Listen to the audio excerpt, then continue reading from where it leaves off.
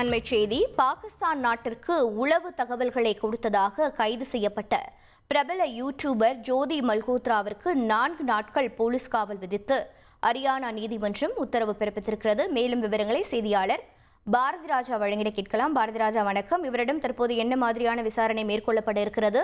மேலும் விவரங்கள் என்னென்ன? கண்டிப்பாக இந்திய ராணுவம் குறித்த தகவல்களை பாகிஸ்தான் உளவுத்துறை அதிகாரியுடன் பகிர்ந்து கொண்டதான குற்றச்சாட்டில் தான் பிரபல யூடியூபரான ஜோதி மல்கோத்ரா ஹரியானா போலீசாரால் கைது செய்யப்பட்டார். கடந்த மே 16ஆம் தேதி அவர் கைது செய்யப்பட்டிருந்தார்.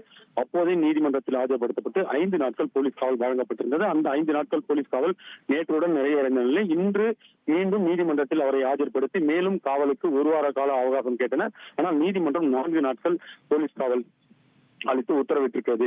இந்த கடந்த 5 நாட்களில் என்ன மாதிரியான விசாரணைகள் மல்கோத்ராவிடம் மேற்கொள்ளப்பட்டது என்றால், பாகிஸ்தானுக்கு அவர் 2 முறை பயணம் செய்திருக்கிறார். அது மட்டுமல்ல, இந்தியாவில் உள்ள பாகிஸ்தான் தூதரக உயர் அதிகாரியை பல முறை நேரில் சந்தித்திருக்கிறார். அதே போல சைனாவிற்கும் 1 முறை பயணித்திருக்கிறார். இதன் பின்னணியில் என்னென்ன விஷயங்கள் இருக்கின்றன? அவர் சாதாரணமாக டிராவல் பிளாகர், எனவே அது தொடர்பான பயணங்களை மேற்கொண்டாரா?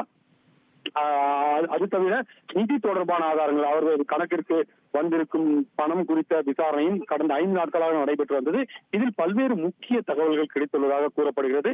இந்த நிலையில தான் அவரிடம் தொடர்ந்து விசாரணை நடத்த வேண்டும். ஏனென்றால் 2 முறை மட்டுமே பாகிஸ்தானுக்கு சென்றுள்ள அவர் பல முறை 2023 பல முறை பாகிஸ்தான் இந்தியாவில் உள்ள பாகிஸ்தான் தூதரக உயர் அதிகாரியை நேரில் சந்தித்திருக்கிறார். இது 1 முறை 2 முறை அல்ல, 5-6 முறைக்கு மேல் சந்தித்திருப்பதால் அதற்கான காரணங்கள் என்ன?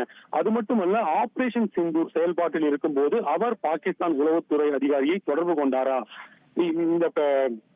இந்த இந்தியாவில் உள்ள பாகிஸ்தான் தூதரக அதிகாரியை தாண்டி உளவுத்துறை அதிகாரியுடன் எப்படி அவருக்கு பழக்கம் ஏற்பட்டது? அதே போல மற்றொரு விஷயமும் கூறப்படுகிறது.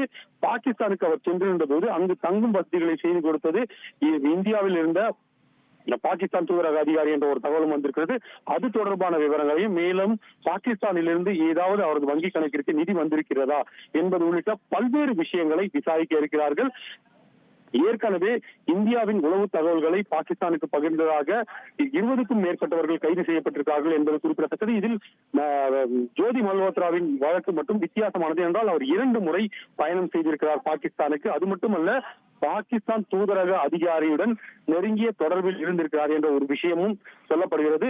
அது மட்டுமல்ல, பாகிஸ்தான் உளவுத்துறை அதிகாரியுடன் என்னென்ன தகவல்களை அவர் பகிர்ந்தார், அவருடன் எப்படி பழக்கம் ஏற்பட்டது, எப்போதெல்லாம் அவரை தொடர்பு கொண்டிருக்கிறார் என்பது உள்ளிட்ட டிஜிட்டல் ஆதாரங்களையும் தற்போது ஹரியானா போலீசார் சேகரித்து வருகிறார்கள். இது தொடர்பாகவும் அவரிடம் விசாரணை நடத்தப்படுகிறது. அதற்காகத்தான் இந்த 4 நாட்கள் கால அவகாசத்தை நீதிமன்றம் வழங்கியிருக்கிறது.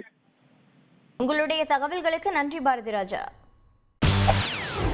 செய்திகளை உடனுக்குடன் தெரிந்து கொள்ள உடனே சப்ஸ்கிரைப் பண்ணுங்க.